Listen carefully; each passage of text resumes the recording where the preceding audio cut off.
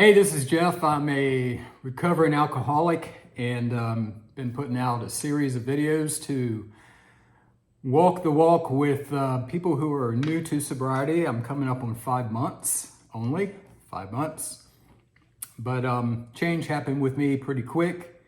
And now I'm just neck deep in the research and living a life of recovery. And this is coming from a guy who had a very, very bad and dark alcoholic problem, was sick, suicidal, drank for 25 years. So number one, I had a huge problem.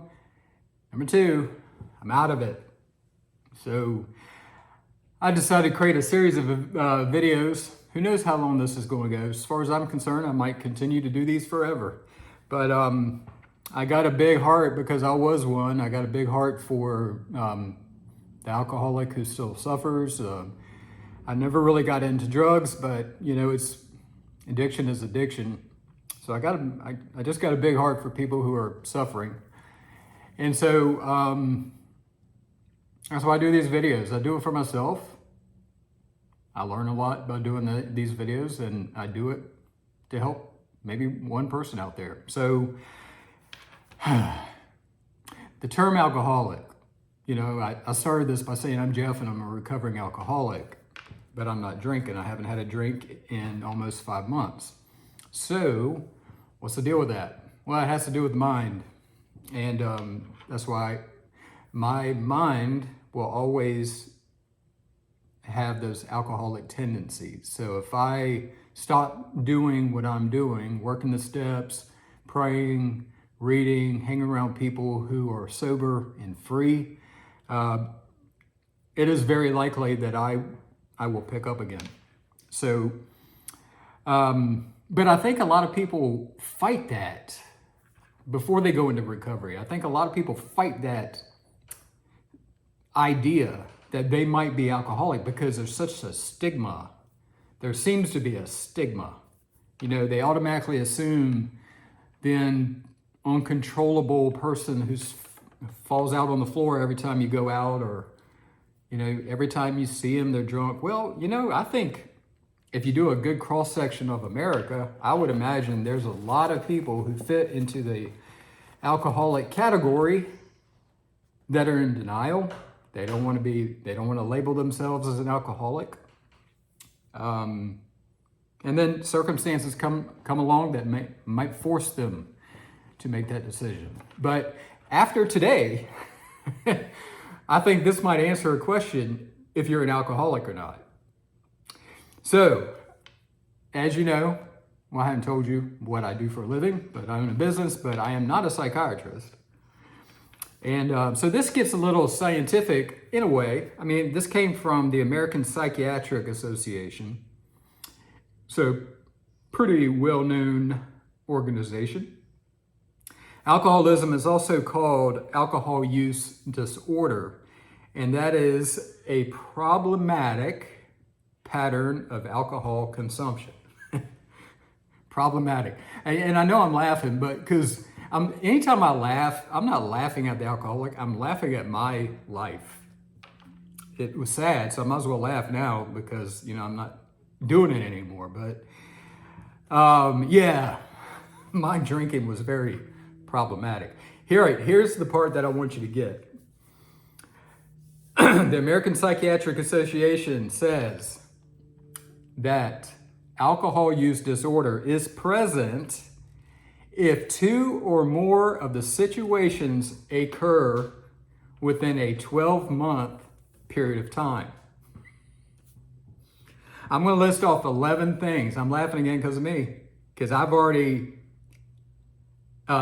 2 or more of the following 11 things, if they have happened in a year's time, then you're an alcoholic. Folks, all 11, I checked the box. Okay? And pretty much every day, not in a year's. That's why I'm laughing. It's pathetic how I was. All right, so we're going to go down this list and just make a mental check, you know, if this is you. And if you've got 2 or more, according to the American Psychiatric Association, you're an alcoholic. All right. Number 1, drinking more or for a longer period of time than you intended. Now, one time did I, in my adult life, the whole time I was drinking, my adult life, I drank for 25 years.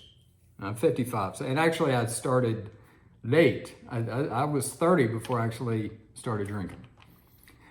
But not one time during my drinking career did I just have one drink. So drinking more or for a longer period of time than intended, check for me. On more than one occasion, feeling the need to cut down or to quit, check, big check. Every so often, I always felt the need. I'm going to kill myself. I'm going to get another DUI. I'm going to lose my family. I'm going to lose my kids. I'm all this stuff. So I would quit. So I did have those feelings all of the time. So that is a big check that I needed to not just cut down, I needed to quit. But then I would go right back at it. Relapse, go right back at it. 3, spending a lot of drinking or recovering from the after effects of alcohol.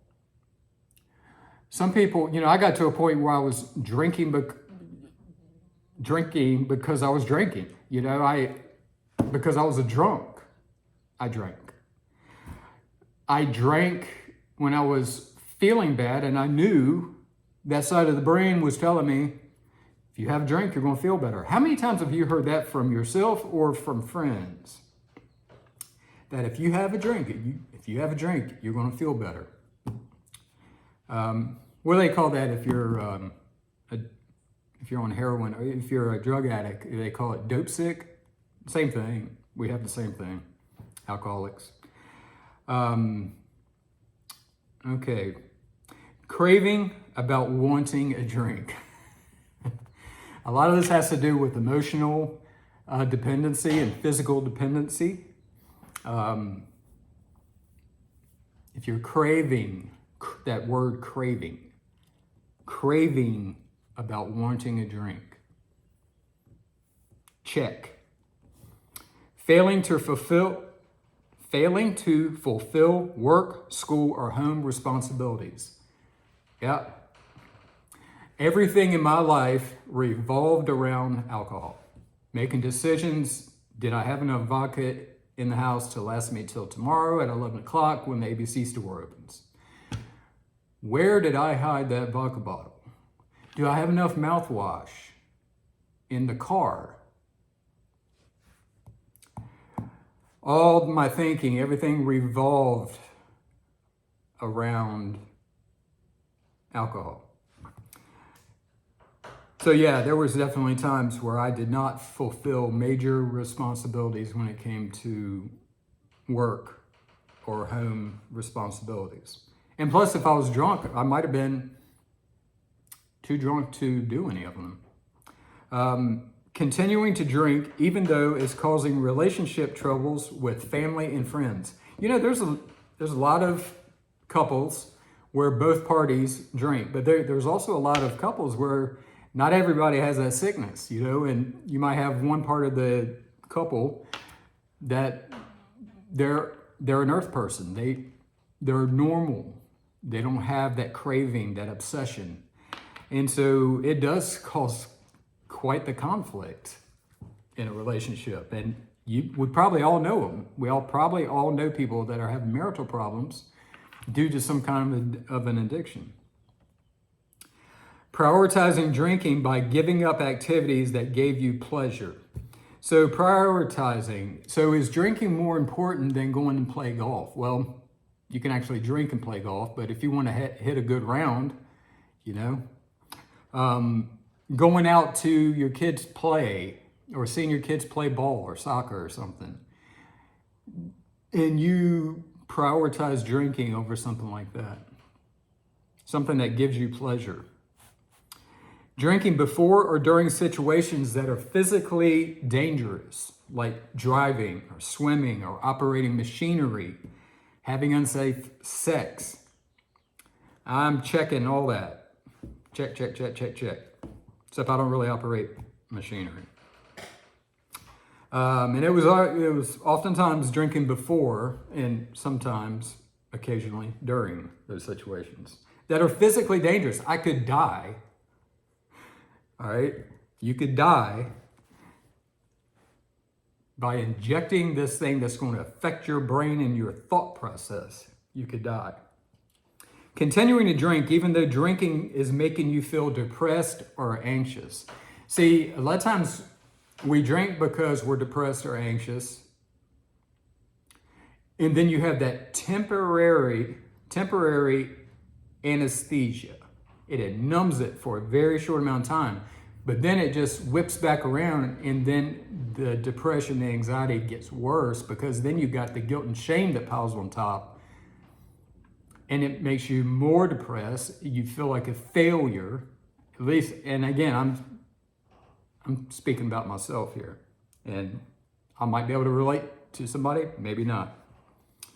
Developing a tolerance for drinking, needing more than you once did to get the same effect. Absolutely me. I got to a point where I was drinking 40 shots a day. I won't go into how, but I had a ritualistic pour that I did, and I did 5 of those a day, and each one contained 8 shots, approximately. So if I did 40 shots a day 10 years ago, I mean, I would probably have, I would be out. You know, I'd be laying on the floor. 40 shots, I was pleasantly, I was drunk, but, I was functioning drunk at 20 shots during the day. So yeah, absolutely gathered a tolerance for that. And then there's always the fun one. Are you having withdrawals? Trouble sleeping, shakiness, restlessness, nausea, sweating, racing heart, seizure, hallucinations. Check on all those. Folks, I listed off 11 things from this organization that fit me to a T. I checked the box on all 11. And they're just saying if you check 2 in a year, then you're an alcoholic. I was desperate for change. I was manufacturing my own misery, and I had to quit. I found a program that works for me. If anybody wants to talk about it, we can figure out a way to, I'll be glad to talk to you. I'm not a therapist. I'm not a doctor. I'm not even a licensed counselor. I'm just a guy who owns a business who had a horrible drinking problem, and I'm doing some things that is working for me. So I hope this made some sense. I know it got a little analytical there, but this really rang true for me. So I'm going to let you guys go, and I'm put something together for tomorrow, I'm sure. So you guys be safe, and hope this helped. Talk to you soon.